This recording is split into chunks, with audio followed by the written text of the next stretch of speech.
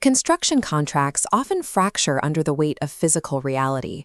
Neatly aligned terms on paper are subjected to the intense, unpredictable pressure of execution. At the center of this contractual structure is the Bill of Quantities, or BOQ. This document serves as the absolute commercial bedrock of a project. The unit rates agreed upon during tendering exist to guarantee consistency. They ensure that payment remains predictable and grounded in the original competitive bid, regardless of minor day-to-day shifts on the site. Yet modern infrastructure projects rarely adhere to minor shifts. They are highly susceptible to massive, unpredictable quantity growth, constantly driven by design development and shifting geological conditions. Look at this line item. A widespread assumption is that if a measured quantity increases by more than 10%, that inflation automatically entitles the contractor to a revised higher rate. In reality, claims based on this assumption are routinely legitimately rejected. Under subclause 12.3 of the FIDIC Red Book, high quantity variations offer no absolute guarantee of rate renegotiation. Viewing subclause 12.3 as an automatic trigger is a primary cause of failed claims and valuation disputes. The clause actually functions as a strictly gated mathematical mechanism. The true purpose of subclause 12.3 is to provide a carefully defined valuation procedure, accessible only when the original rates cease to produce a fair commercial outcome.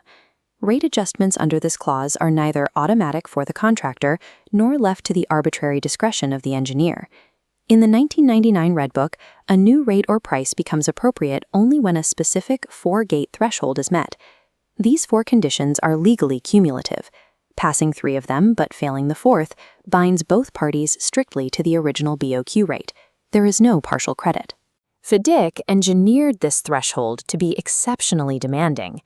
This strictness protects the integrity of the original competitive tender from being completely unraveled by standard day-to-day project variances.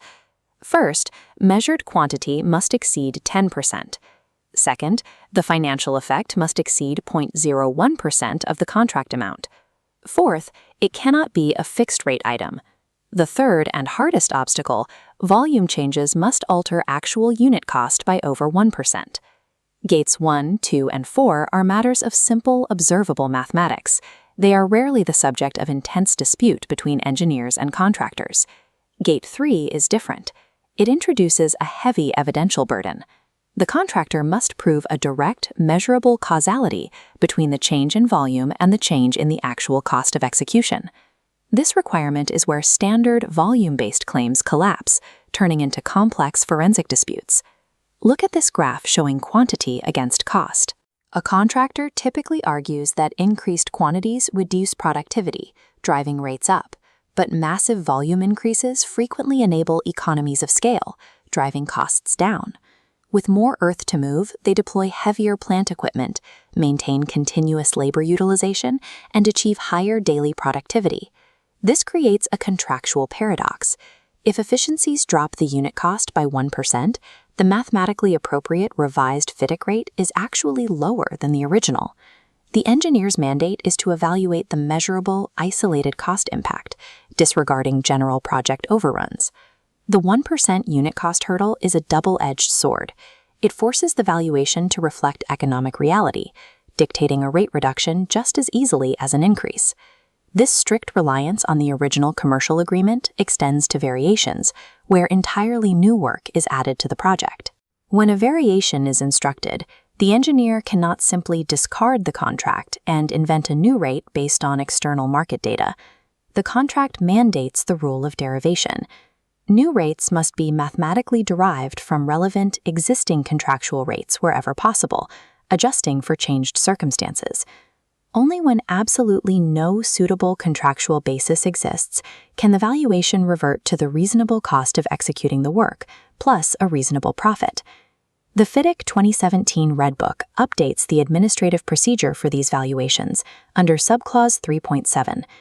While the 1999 edition relied on a solitary engineer's determination, the 2017 edition requires a structured, mandatory consultation process with both parties.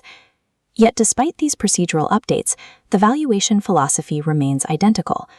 The existing BOQ rates are the mandatory starting anchor for any financial modification. For quantity surveyors and administrators preparing a claim, these rules dictate an exact standard of proof. Presenting a revised rate based solely on a volume increase is a legally flawed strategy. It fails to address the unit cost requirement. To prove a unit cost shift at Gate 3, the evidence must be granular.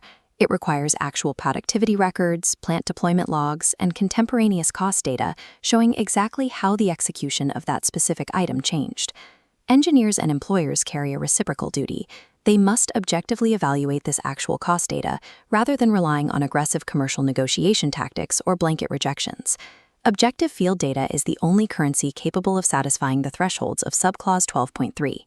The Bill of Quantities is the primary basis for valuation, but FIDIC acknowledges it cannot be completely immutable when confronted with extreme physical realities on site. Subclause 12.3 acts as a shield. It protects against price gouging and prevents extraordinary unfunded hardship. By requiring all 4 thresholds to be passed, the contract ensures any financial deviation perfectly mirrors the true economic reality of the works. When applied correctly, the sheer chaos of construction volume snaps into perfect contractual order through these strict mechanisms. Mastering the strict distinction between volume and unit cost change is essential to ensure fair payment and eliminate valuation disputes in modern infrastructure projects.